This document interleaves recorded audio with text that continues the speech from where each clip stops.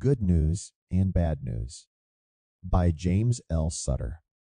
Illustration by Rodrigo Gonzalez, Toledo. Rhea, report status. Rhea executed the last commands, feeling the change in the engine's thrum as the Void Spear shifted course. She cued her comms. All right, I've got good news and bad news. From far across the void, where the Sunrise Maiden currently hid on the far side of the moon, Navasi said, Why don't I like the sound of that? The good news is that I've successfully rerouted the Void Spear into a decaying orbit.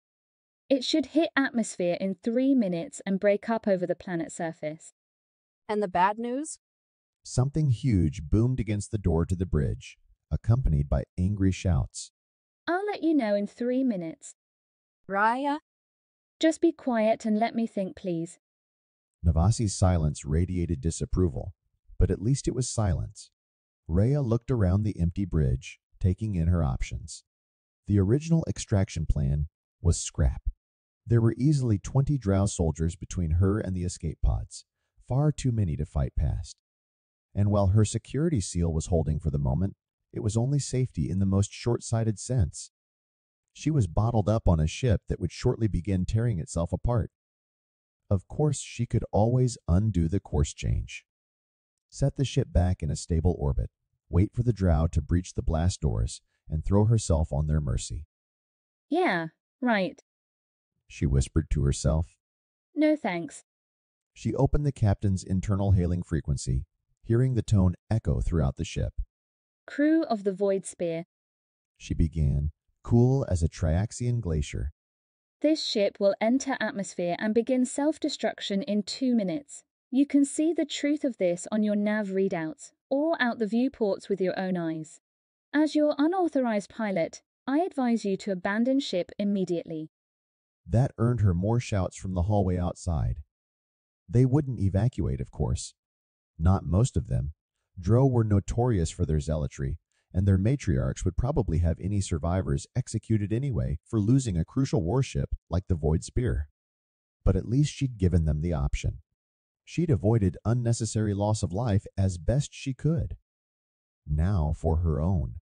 Beyond the viewport window, the planet loomed large, the curve of its horizon rapidly flattening with proximity. Above it, the darkness of space beckoned, safety and danger in equal parts. All right then, if she couldn't reach the escape pods, she'd just have to make her own. First up, propulsion. There was no point exiting the ship just to follow it down the gravity well. Letting her eyes defocus, she summoned her magic and visualized what she needed. This was the part that always looked like, well, magic to the uninitiated. And it was, but not in the way they thought of it. Technomancy wasn't about just making wishes or reciting incantations. You had to understand the mechanics behind what you were doing as clearly as if you were building something with your own hands. Control circuitry, discharge chamber, ion accelerator grid, hollow cathode neutralizer, every component mattered. Miss one relay or power processor, and all you had was a fancy sculpture, assuming you didn't blow yourself up. Green lines glowed in the air before her, a 3-dimensional wireframe technical drawing that expanded, gaining substance and heft, until the glow disappeared and the completed jetpack dropped into her waiting arms. She slapped a spare battery into it and watched the readouts light up. Fully functional. Excellent. She slipped on the harness. The next spell was easier, one of the first any sensible spacer learned. Putting one hand to her head, she formed a bubble of breathable atmosphere, extending the field down around her body. Not a great way to travel the stars for any length of time, but at least she wouldn't immediately freeze, boil, or asphyxiate. Alarms began to blare throughout the ship.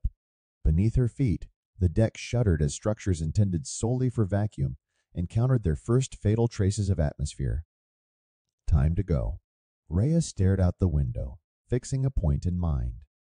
Then she took a deep breath and cast the final spell. Darkness, weightlessness. Agoraphobia slammed into her as her brain suddenly recognized the lack of a ship's comforting constraints around her. She fought down the urge to panic, willing herself to continue breathing deeply. Slowly, Deliberately, she triggered the jetpack's roll thrusters, spinning 180 degrees. Below, the void spear fell away from her, making its final dive into the blue and white of the planet. Already delicate struts were breaking away, the hull glowing red with heat. As she watched, a single escape pod shot free, deserters choosing to take their chances with the matriarchs. Good for them. Opening up her own engines to maximum, Rhea accelerated hard, climbing toward a stable orbit. As she did, she reopened her comms. Rhea here. Mission complete. Rhea, Navasi's voice was gratifyingly relieved. are you all right? Where are you? Rhea looked around, taking in the void stretching endlessly all around her. Well, She said, I've got good news and bad news.